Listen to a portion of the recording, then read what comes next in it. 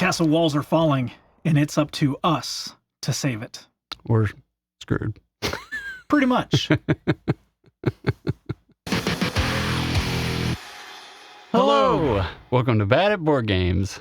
Well, he's bad at board games. I'm Brad Lake. I'm Topher Ferguson. And we're bad at board games, so you don't have to be. Back to you singing. Wonderful. Yes. Some of you don't like it, apparently. This guy right here.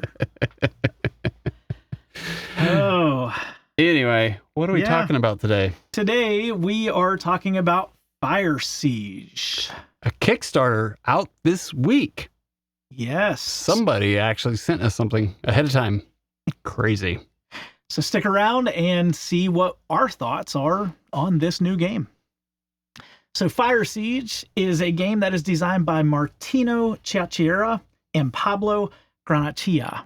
It is published by Dear Game Studio. It only took 2 or 3 takes for that. Italian is not my first, second, third, fourth, or fifth language.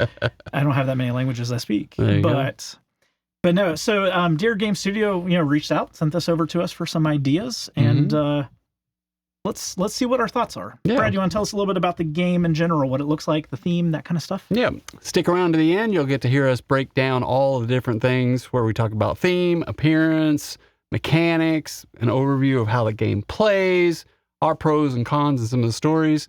We will be giving our weight rating where we think this lands. So if you're interested in this Kickstarter, stick around so you can find out all those summary points from our opinion. So, theme, the evil warlord has come and he's trying to take over the island and the last bastion of good in the whole planet or the whole continent on this one island.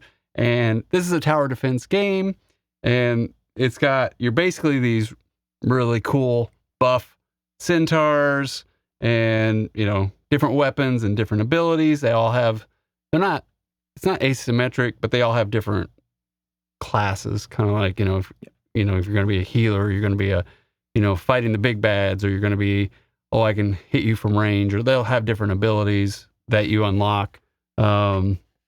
They have 2 sides, so that you'll be able to start without the ability, and then once you get good enough, you can unlock it.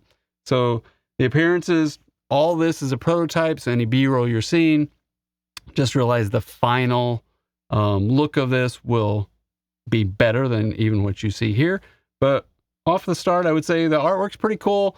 It's got the centaurs with big tusks and, more aggressive, and you got blood and things. So it's definitely one of these, like, I'm in your face, I'm coming for you, darker theme. Then the board's more easy to read, and it's not so jumbled up that you can't really discern what's going on. And then they give you some standees for some of the boss monsters to keep the price down and things like that. So, it's kind of that mix of, hey, you're going to have some miniatures, hey, you're going to have some wooden meeples, and then, hey, we're going to put some standees in here that allow you to kind of have the price range for what you want. So, and I am not a person that is against standees. I'm not either. I love miniatures, but no issue at all with standees. Honestly, I like wooden meeples more than I like anything else. Yeah. And these bosses, they're not coming out all the time, so you're not going to have this whole board full of standees. It's just the occasional, when a boss is randomly drawn, those are the ones that are getting pulled. So, it's an interesting game, and I do like that it's color coded. The board is not as realistic as the cards and the artwork and stuff, because like you said, it's easier to see. The game, as Brad said, is a tower defense game, so we are in this it's not a castle, I guess you would call it, but a citadel in this tower, in this arena, where we are having these monsters come and attack us. They're breaking down the walls. We might be breaking down the walls a little bit, but the idea is going to be able to take our powers combined and kill the nests, kill the enemies, kind of keep them at bay, because we lose if they get to the citadel, if they get to the middle. And so the idea is they're coming in and we're trying to go out, and sometimes they're coming in faster than we're going out. Yep. And sometimes it's the opposite way, which we have found as well. And I don't think we did mention this, but this is a co-op game, so you have conditions where you lose the bugs, make it all the way to the middle of the citadel. One of your characters dies, no matter how many people, if you have 4 or 5 people playing, one person dies, the game's over. And if you have to put out more of the enemies and you have no more in your supply, then they have overtaken the citadel. So a la Zombicide, if you don't have a model that you can put out on the board, you also lose. Yeah. So the win condition of this game is vastly different. You only have one win condition. So typical of some of the games we really enjoy playing, lots of ways to lose, one way to win. And that one way to win is to be able to unlock and uncover all of the 6 banners that are sitting on the actual walls of this tower. Yeah, so the outside of your map, you've got these octagons with banners on them, and there's 6, and then they have different ways to flip those banners over, which are kind of your changing objectives, except for destroying the nests of the bugs that are coming at you. Yeah, so the mechanics of the game are pretty straightforward. It took us a little while to get to know how to play the game, but they are straightforward mechanics. You do have a set of goals. There are 3 goals that you can work towards in the game. Each of those goals is going to give you the opportunity to flip over the banners. They do have multiple goals in the box, so it's not going to be the same game every time you play it. They also have the monsters that are coming out. You can call them what you want to call them. I call them monsters because they kind of look that way. There are various ways that they can spawn, and a lot of that is going to be going through the track that we have up here at the top. As we move our marker and advance it, we're going to see different things happen to us, and all of that is the enemy playing against us itself. Some of those cards are going to spawn more enemies. Some of them are going to move the enemies. Some of them are going to give you immediate direct hits to kind of kill your person a little bit faster. But most of them are going to do 1 to 2 bad things. There are the big bad monsters that are coming on the board that Brad mentioned. These things are not fun to play. We also have some that are through our goals. Maybe the goal is actually a bad guy, an enemy that we have to kill. And then I think one of the things I enjoy most about this game is this deck at the bottom, which is a set of cards that's going to pull out these, I would say, indifferent characters, because based on how you run with the influence here in this track, they could help you or they could hurt you. And I like that mechanic where when they come out, you have to know, are they going to be coming out on the dark side or are they going to be coming out on the light side? And what are they going to do to be able to help us or hurt us? Yeah, it's a cool mechanic because you get these, I don't know, they're not really bosses, but they could be allies, but they're shifting alliances. So depending on this track down here, they're either going to give you a boon or a debuff, right? Yeah. And so it's kind of a, I would say I wish it would swing a little bit more. But I do like that part of the mechanic for sure. And you will likely see a little bit more negative influence, especially with these cards, if you start on the harder complexity versions of the game. So it depends on how you want to start the game. Outside of that, a lot of this game is going to be playing a token, playing a card, if you will, that's going to give you actions. Each player is going to come with a bag filled with various tokens, and the tokens are two-sided. They're light and dark. There's a theme with this game, light and dark between it. The light side's going to generally give you more benefits to you. The dark side's going to give you generally more harm towards you. The fun thing with this is these are getting pulled out random, and when you pull them, you only see one side of it, and all of your players that you are playing with see the other side. You can't talk. No table talk in this game. And so you see what's good for you, they see what is good or bad for you, and you have a discussion based on what you think is the best to play. When you play that, you play the icon. That could be movement, it could be fighting, it could be building your influence and your ability to do better things, so upgrade your game in various ways. And then you take that action.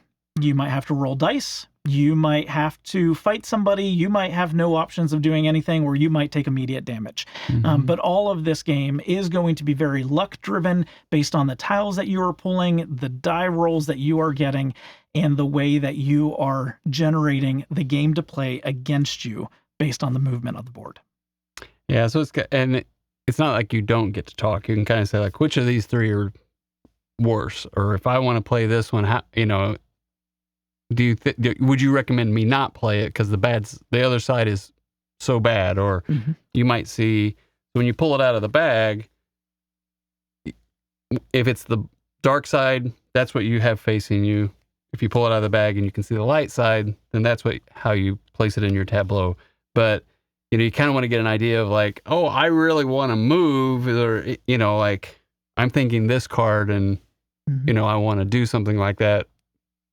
You see what the other side is, good or bad, and you kind of like, no, I don't know if I would do that one right now. That one could be a very bad thing for you at this point, or something like that, So it's an interesting mechanic. I don't think I've really played a lot of games where table talk is limited to that degree. Usually, if I'm playing a game with table talk is limited, it's something like The Crew, where you don't talk at all. Right. Or you do have open discussion. Maybe it's not, say, exactly what's on a card when you're looking at it, but you have pretty open discussion. With this game, it is very limited to, I think this is a better option for you at this moment. And you are sitting there thinking, but that's going to kill me. And so you really have to weigh that. And that's kind of another fun, random aspect, but surprise aspect of this game. So overall, mechanics, summary, it's cooperative. It's got a little bit of dice rolling. It's got random pulling from a bag. So it's not a bag builder. You're going to be pulling out of the bag, building your tableau with limited table talk. Yeah. It's not a bag builder, right? It's not a bag builder. All your chits, all your cardboard tokens start in the bag, and you're pulling them out as you play. So, yeah, it's quite an interesting mechanic all the way around. This is very much not the Euro game that I am used to. Yeah, it's like your tower defense games on, well, kind of. It feels like a tower defense game, except you're not building up and leveling up your towers. Like, you have the tower that's shooting arrows, and then it's shooting ballistas, and then it's shooting cannons and exploding and so forth. Like, it's not that kind, but you do feel that, oh, things are trying to move into the center, and I have to defend and kill it, and I can't just kill the nest now. I got to run back out, kill this one guy, because if we get another movement, we lose the game. So, it's that kind of, I haven't felt it being pressure, but those are the decisions you're making, which is what you feel in the tower defense. It's very much a tactile game. It is not a strategic game because you are limited based on what is on the cards. You can't play long-term strategy. There were some times that we noticed in our gameplays where we said, I really want to hold this card. It's not something I want to play right now. And so we both knew when we were the aid, when we were not the main player at the time, we knew to hold off and say, okay, well, don't play that yet. Right. Look at your other ones. So there's a little bit of planning, but for the most part, you only have 3 cards that's in front of you to choose from. You don't have a lot that you can pick and choose from. You play one, and then you draw a new card for the next time that you play. So it's very much in the moment. You play with what you have available. The upgrading is a good part of this game, being able to increase the way that you move. So the maximum number of movement points, or the number of allies that you can spawn into the game at one time, or the amount of strength that you can wager as you go into battle with somebody. And then the last one is kind of more the fantasy side, the energy points that you have that you might use for your special ability, whether that ability is healing people or shooting from a distance. My last character had the bow, and she was able to shoot into the next space adjacent to it to kill somebody. You had some pretty cool abilities as you played as well, and they all take energy. But when you take the energy, you spend the energy. When you take the military, you lose the military. You have to spend it. So it's a little bit of a currency. Yeah. So you get this group tableau, and I'm going to knock it off, but you've got all these different tracks. You've got the cubes that match colors, and everybody kind of contributes to what these numbers are, how far you get to move, how much energy you have that you might be able to do a special ability, how much extra attack you can have if you're trying to fight a boss or something larger, things of that nature. And then they go up and down depending on what cards you use or if you use them, so forth and so on. So that's another mechanic within the game, but it all depends on if you're drawing this symbol on the card. So you're going to play whichever side is facing you first, and then you're going to flip it over and then play the other side. So you're always going to have this push and pull thing going on between the light and dark side. Yeah, I like that. I like that aspect of the game quite a bit. I think, the gameplay it's not one that I typically would have gravitated to because I am such a Euro gamer. I don't play a lot of games of this variety. And especially the last game, I feel like we were starting to get into it a little bit more. And we definitely flexed some of our, I think, tactical strategy abilities and kind of mitigated the risk early. Yeah. Still didn't win the game right away, but, you know, compared to earlier plays, we definitely had an easy game this last time we played, I thought. But you do see a little bit of that good, bad. And you kind of learn that too when you're looking at the opponent's cards and you see that there's, you know, 3 white cards facing you. That means they have all bad abilities on their side, or likely have worse abilities on their side to have to play first before the good comes to be. And that's just a part of it. That's kind of the randomness. And then the different ways to win. So you have this deck of cards, which are essentially the in-game objectives that allow you to flip over the tiles to win. And there's always one where you're destroying the nests. So there's 3 nests on the 3 different tracks that you have. And then you're going to add 2 more of these into the game. And all of that's going to add up to being more ways to flip and win the game. Yeah. We lucked out this last game by having one of those ending game objectives be what I consider to be one of the easier ones to do. And that was to advance a track all the way to the very top. And if I was the one to do that, I also killed 2 birds with 1 stone, could upgrade my card to unlock its special ability. And we did that on, like, I don't know, turn 2 or 3. Yeah, it was right quick. away. And then I just had to kill a queen to be able to flip my card over and go from the locked side to the more powerful side. And you get more health and more attack typically when you're able to flip that condition over. And you did that right away too. Yeah, so we were able to. We haven't played this 10 times, so we don't feel comfortable giving our rating, BGG rating on it just yet, but we could probably we played it on normal mode, we could probably start playing it on more difficult modes. Yeah. With the handful of times we've played it. Yeah, I definitely agree with that. And I think I would want to definitely play it on a higher mode. The first game, definitely don't, because there's a lot going on in the game itself. But, you know, it's enough that once you get the basic rules down, then you don't have to keep going back to the rule book. There's a lot of icons to keep track of. And so once you get a little bit of an idea of that, it makes it a little bit easier to play through. We did not advance this too much. I think you understand my fear and anxiety of advancing the enemy's track too much. Yeah. So we both kind of did our best to stop the movement of that track there. Yeah, there's a spiral track, which is another way you can lose, is if they get all the way to the middle, then you automatically lose. But typically you can negate that by taking a wound on your character versus advancing that. Sometimes there's some dice rolls that could advance that track like 3 spaces. This is a 1 in 6 chance. But like in that case, with Toph's character, he had the one character that allowed him to do a reroll on any dice roll, so that saved us a little bit. But we never got close enough for that track to be the ending. This track is kind of stressful because every other space, a card of some type is being drawn. And the unknown of what that is, I'm surprised you actually were the one that was more so against moving this in the games that we've played than I was. And I'm the one that has the anxiety on that track. You normally don't. I saw it more as a countdown timer, and I was trying not to move the timer. Okay. Well, yeah. And I never felt like I was so wounded that I couldn't get myself out of it. I came close on this last game. Yeah. We had a long discussion. Yeah, he only had 4 health to begin for both sides, so he never got more health. Yeah. I was down to 2, and it was like, this action can help us greatly.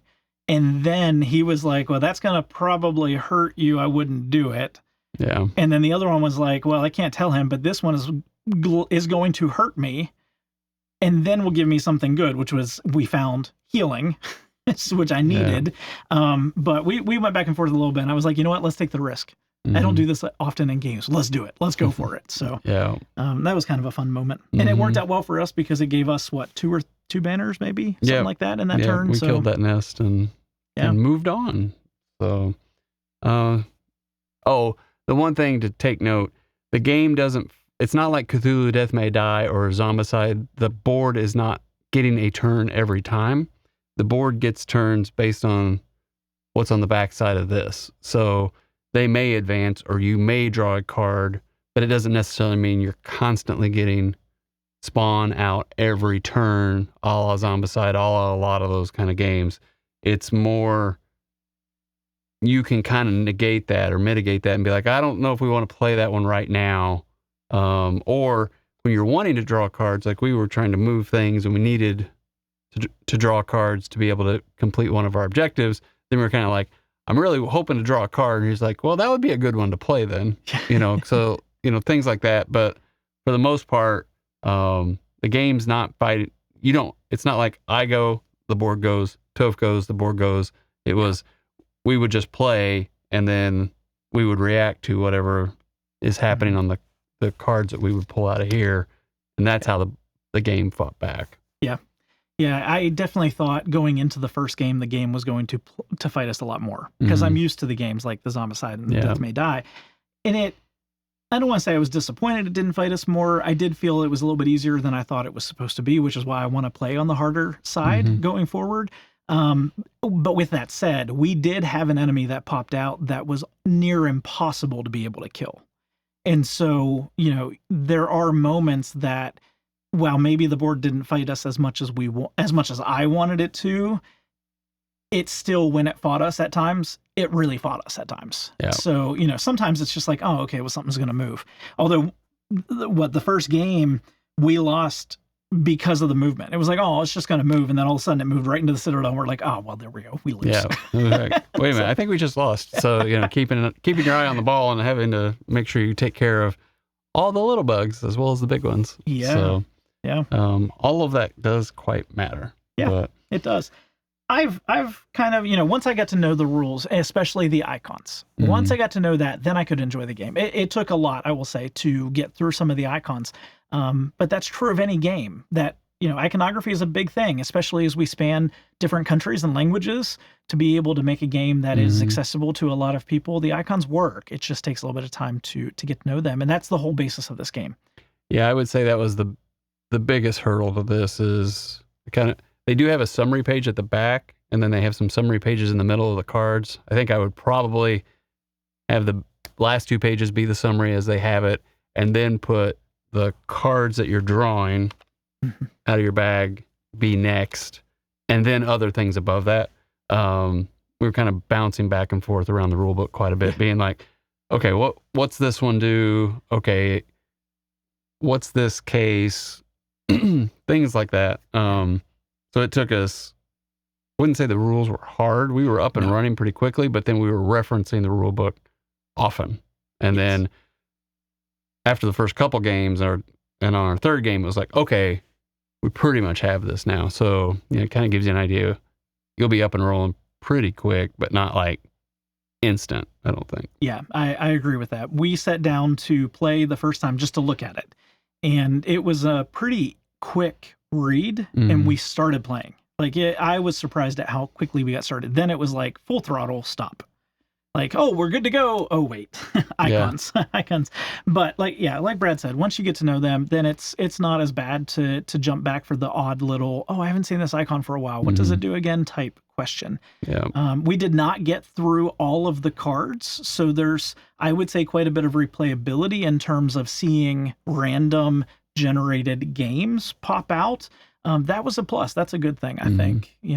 I could see where you might eventually know enough of what these cards are, because there's 20 or something like that, right? You got a stack, but you're going to start to realize what they are. You may not be counting cards, but you're going to start to understand, okay, I know what these are and kind of what's on the other side. I don't think it would be that difficult to start figuring it all out, though. Yeah, I have seen a couple cards where on one side it's one thing and the back side is something different, but for the most part, I think if you get to know one side, and for example, if you're looking at your cards here and I see the back of mine, or the front of mine is the same as the back of one of his, and he plays his card, I probably know what's on the other side. Yeah. So that kind of kills some of the table talk, hiddenness of the game. But I don't know. You might start to get to know it a little bit. I don't know if that would still make too much of a difference, because you still only have 3 cards to choose from. Yeah. It would kill the hiddenness of the game. But you still only have 3 cards to choose from. So Yeah. So, any kind of cons that you might have? well, I mean, obviously we just talked about the iconography being one of them. I think playing through some of the objective cards, like one of the objective cards that we had would spawn a character out into the board. Trying to keep in mind these extra cards, that is something that, I don't want to say it's a con, but it is something that's going to probably be a little bit more difficult to a newer player that is not used to so many things all at one time going on. Because while they're not all difficult, there is a lot of different things. There's 2 tracks on the board. There's a 3rd track off the board. There are 1, 2, 3, 4 decks of cards.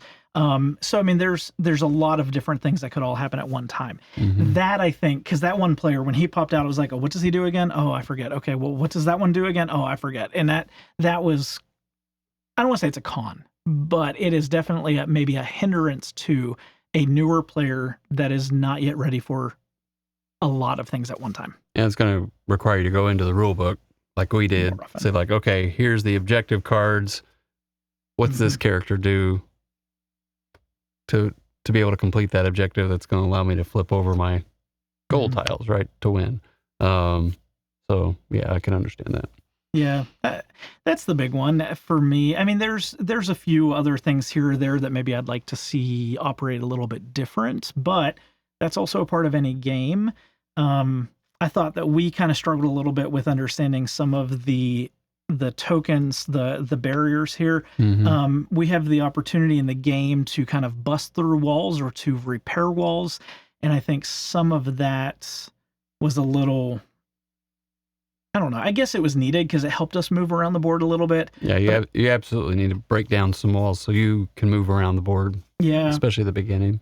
But I feel like we spent more time negotiating that than we did playing some other areas. So that maybe fleshed out a little bit.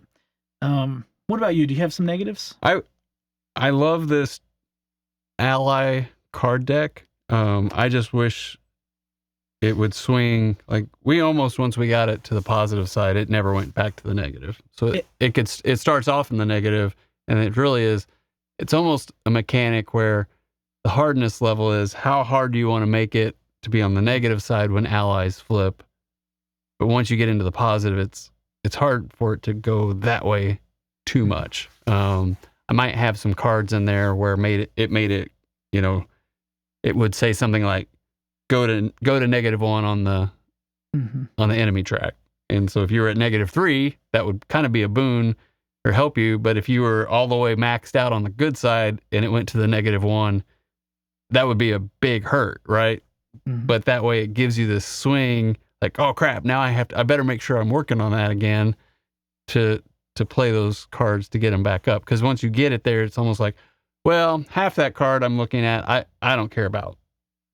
It's good, but I've already maxed it out, so it's never going to matter anymore. So like, there's some of that. Like, I wish if they want it to be swingy and it's a cool thing, I wish it would made it more of a cool thing both directions. So I would like a little bit more opportunity to heal as well. I feel like there's not a lot. There's a lot of opportunities to take damage, but not a lot of opportunity to heal. Yeah. Again, kind of a swinginess of that. Yeah, and you weren't getting a lot of cards. Like sometimes there's like double heal on there, but you weren't getting any of them when this last game we played. Yeah. So yeah, I could see that. Yeah. I also think it's a little too easy, but is that a con or is that not? I don't know. But that gets into the weight, right? It does. So, do you want to talk about the weight a bit? Yeah. So trying to figure out where to put this, my immediate thought was going to be it's heavier because of the amount of things that are going on with the game.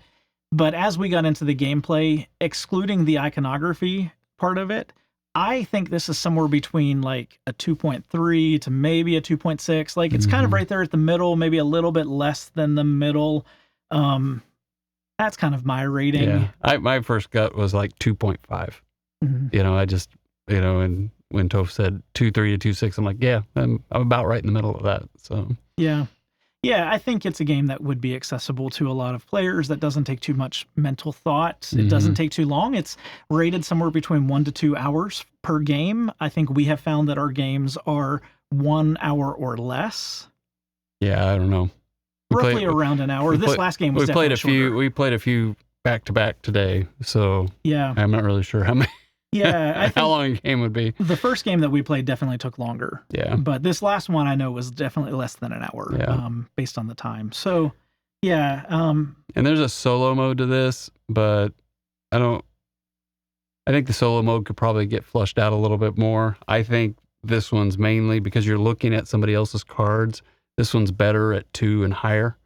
So, if my recommendation, if you're looking at this for a solo type game, I would probably pass on it as of right now. Purely for solo. Yeah, I think and I think that's with most tower defense style games or really well, and I could see where if the board fought you more, but because you have these two sides and you're going to play both sides, it just ended up not feeling the same. Some autonomous are good, some aren't bad, but I think this one just kind of is like you're trying to have that interaction with another person. They've set the game up to have an interaction with another person, especially because they can't see half the cards.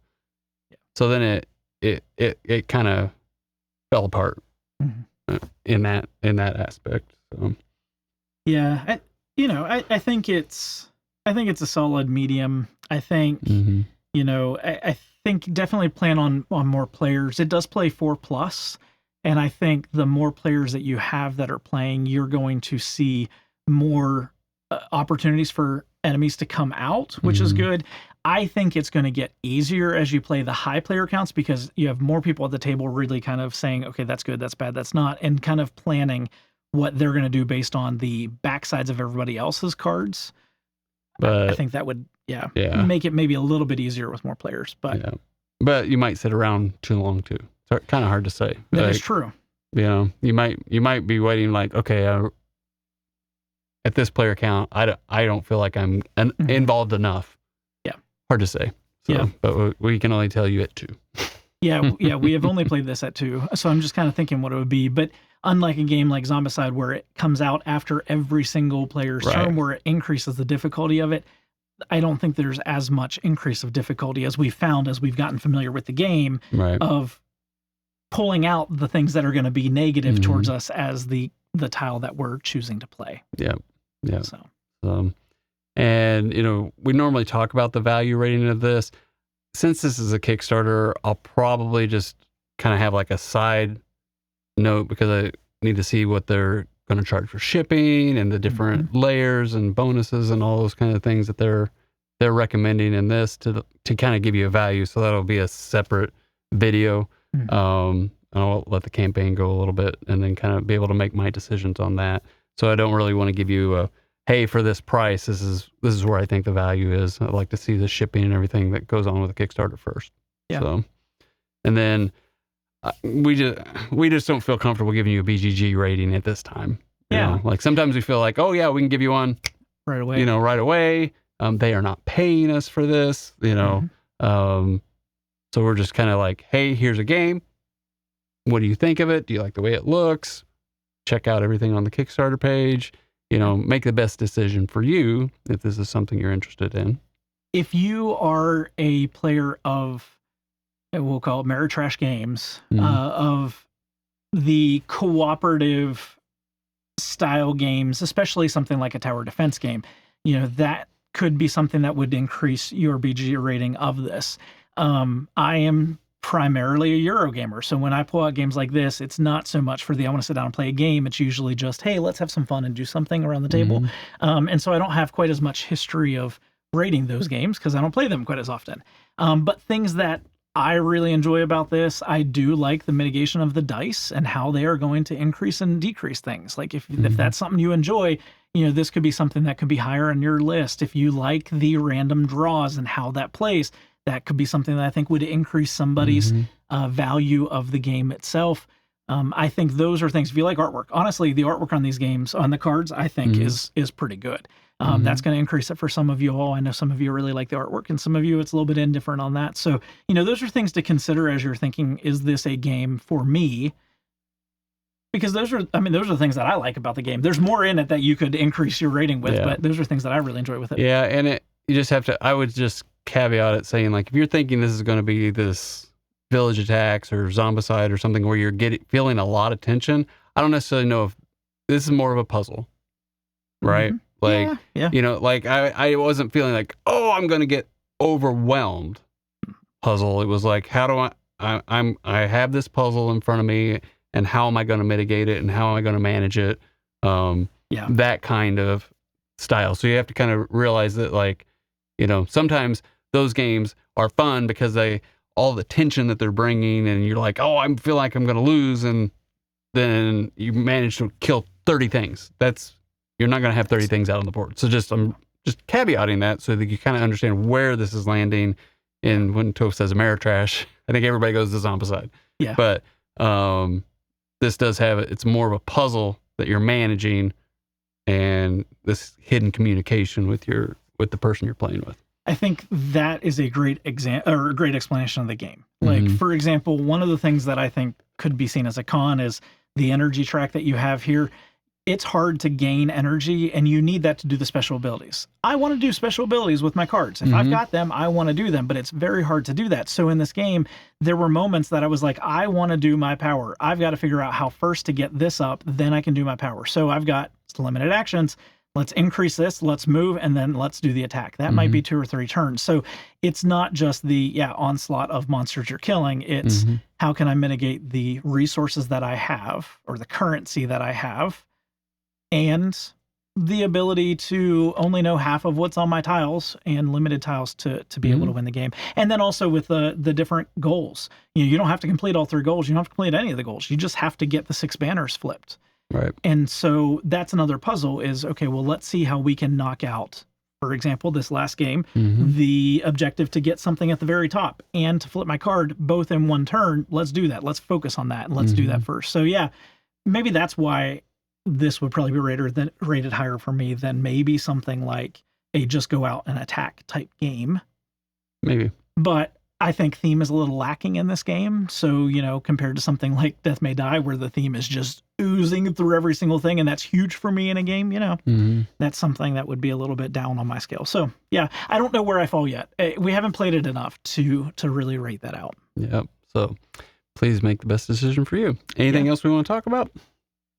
With this game or just in general? I think we should stick to this game. You know, I think we kind of covered it. There's more to explore in the game. So we have not given you an overview of how to play it. We haven't given you an overview of every single mechanic or objective or thing that is in the game. Like, we didn't really talk about nests, you know, so there are things that you can explore with the game to be able to kind of find things that are unknown, to be able to get a little bit of that theme in the game as you play it for your first time. So just remember, no matter how you play, whether it's solo, with family, or friends, enjoy whatever games you are bringing to the table. Have a great night.